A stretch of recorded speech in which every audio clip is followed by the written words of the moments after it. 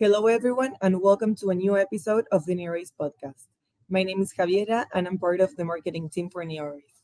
Today, we will be talking about something very important, the role of women in the IT sector and why diversity and inclusion matter. We're very excited to welcome Azadeh Hashemi, Director of Technology at the Home Depot, Canada.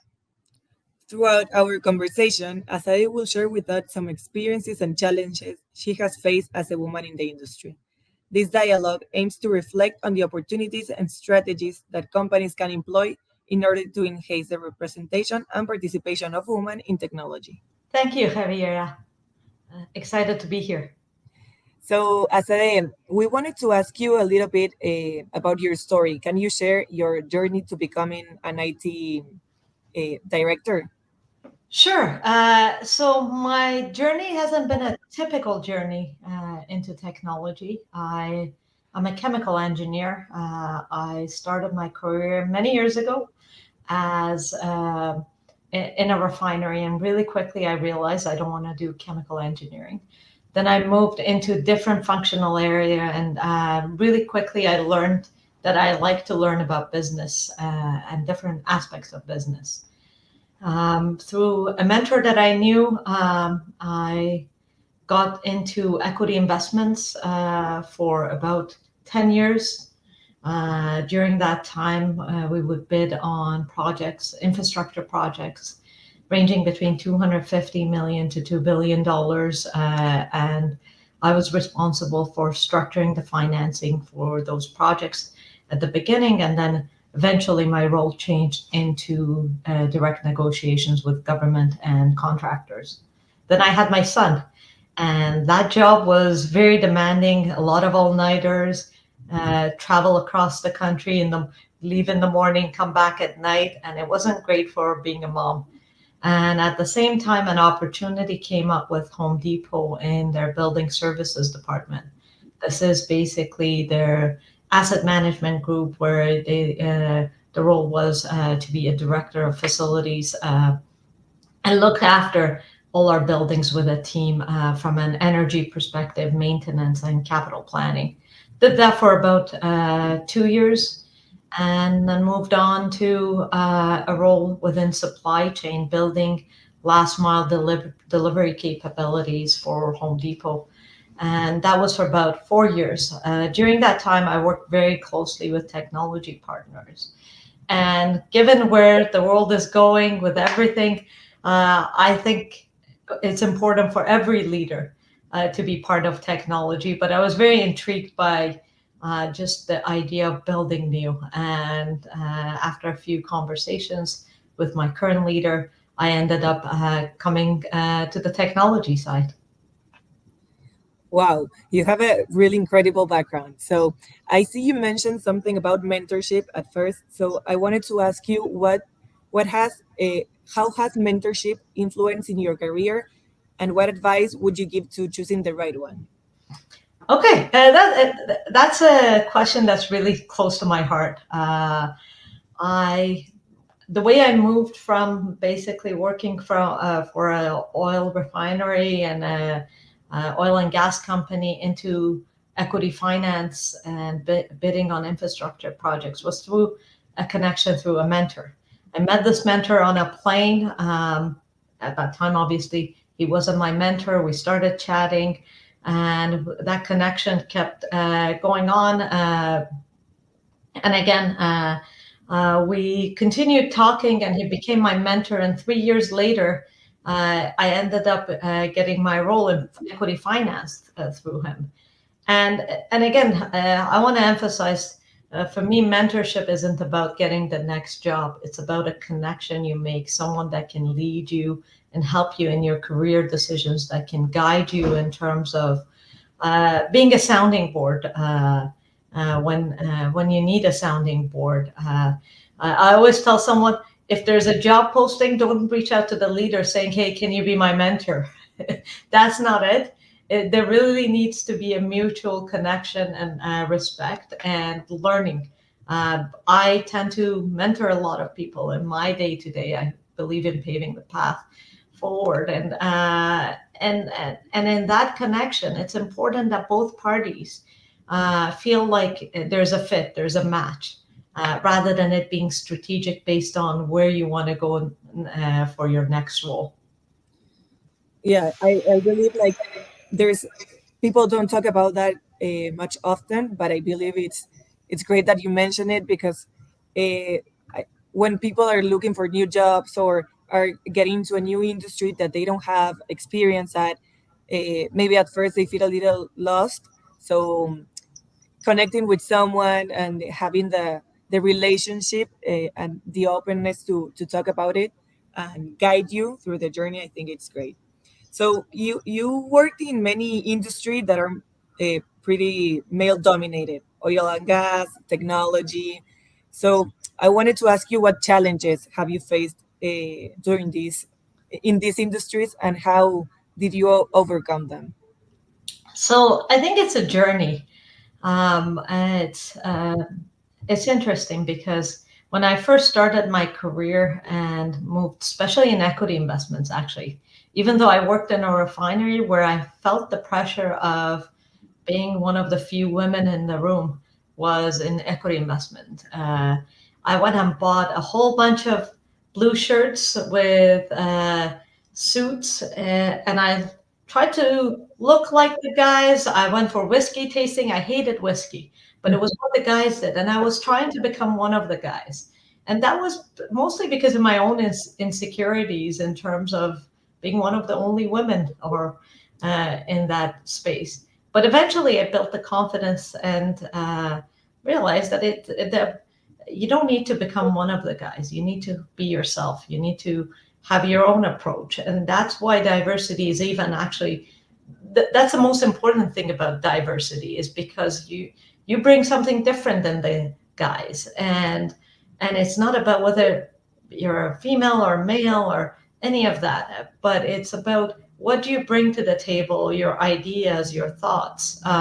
Now, that's one aspect of it. The other aspect is, as I said earlier, when I became a mom, I realized that I couldn't necessarily do fly into Calgary and fly back at night with a 1-year-old, and that was challenging. It's having the right frame of mind in terms of what you want for home versus work. But my career aspirations didn't change. I just needed to make sure I'm in the right role where I can have my growing aspirations, but I can also feel like I'm still a mom as well. And I always get asked the question in terms of work-life balance. And I always say it's not about balance, it's about harmony. And it's about juggling the balls. And I found that sometimes I had to do that more often than my male colleagues, but it's also fun. Wow. Yeah. So I think it's important to also create consciousness about that. We women and men, of course, they don't only have their job life. So it is important to balance the personal life with the professional life. And as mothers, I believe I'm not a mother, but I believe they are like superheroes. Like they can do so many things. Uh, it's crazy. Like they are always for their kids and they're always for their jobs. So I think it's important to say to tell the audience that it's not to compete men and women, it's to complement each other. And how you mentioned it before, like um, everyone brings different things to a table and it's important to respect and complement each other and grow. I think that's what makes a team, right? I agree. And can I just add something? Yeah. I actually always say when I try to give advice to women that are maybe 10, 20 years younger than me, I always try to say there's no such a thing as superhero, actually. And that as much as it's important to try to balance everything, you can't do it alone. So if you've got career aspirations, figure out whether there's certain things you can outsource, because there's only so many hours in a day. And if you try to be superhero, you'll burn out. So if career aspirations are important, then look at the things that you can have the discussions at home. You can have the discussions on balancing at home as well, because the reality is that no one is a superhero, and you just have to figure out different ways that works for you and your family and your work aspirations and all of that. And I didn't want to contradict you. I do think women are, in some ways, especially moms with young children, are superheroes. But it's also important that if you've got career aspirations that you want to go after it, you don't put them in the back burner. You just have the right discussions at home as well. Yes, thank you. Thank you for sharing that. And I wanted to ask you, how would you promote diversity and inclusion within your teams? So there's few things. When I joined the technology team, I started a women in technology group, and through reaching out to partners, it's really looking how do you create a community around this. Obviously this is around women in technology, but really it's by action. Every person can make a difference through their participation, through the discussions, through uh, action of organizing something. And even small things make a big difference, because uh, drops make an ocean. And I don't know if I said that expression correctly, but it's if everyone takes a small action, it becomes a big result. Great. So I wanted like summarizing all of this and your experience. What do you think are the three skills do you need to be successful in these fields for becoming a director in Um, male-dominated industries? So I can tell you that there's no three skills that everyone has.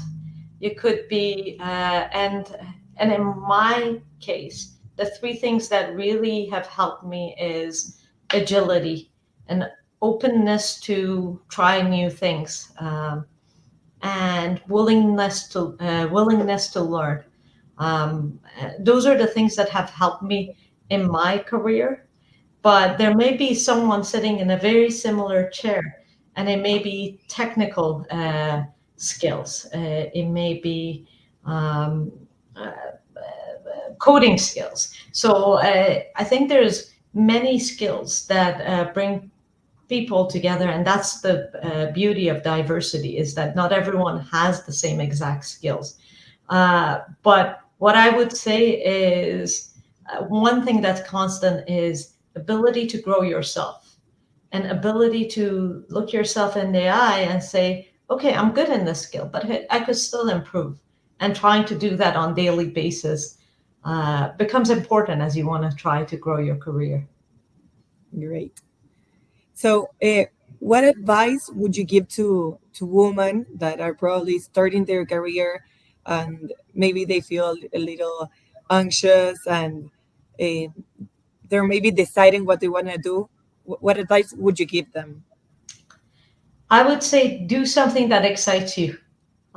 We do all our best work when we're excited and when we like our job and we don't look at the clock.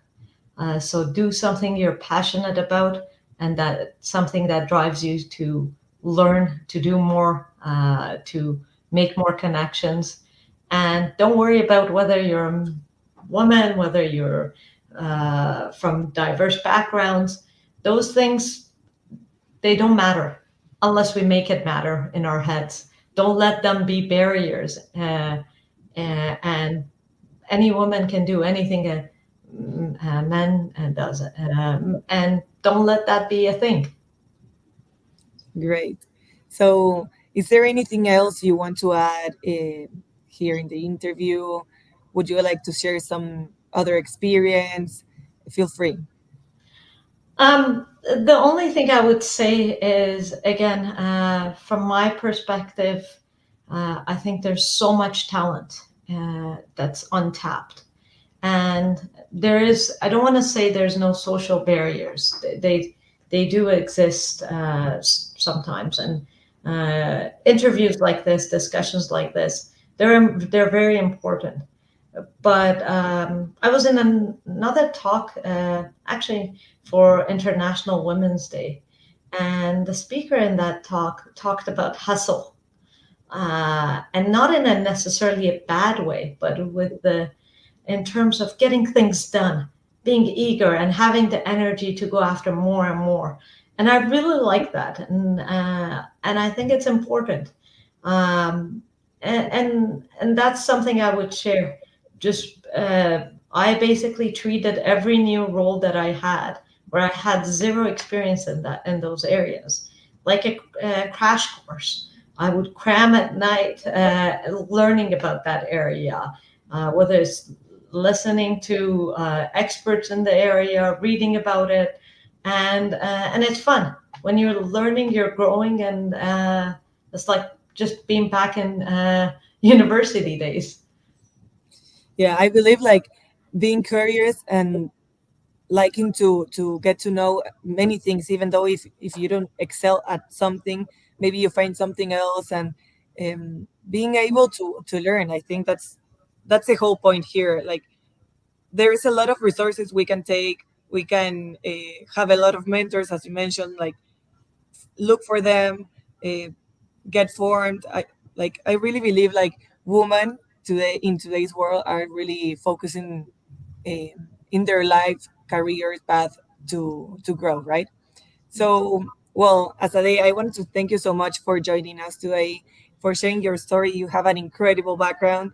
I believe a lot of women are going to feel inspired and motivated to keep growing, to have the life they want, because it's working for the life you want, right? So, thank you again for being part of this initiative. We're very excited and Thank you for having me. great. So, Have a great yeah, day. have a great day. Bye.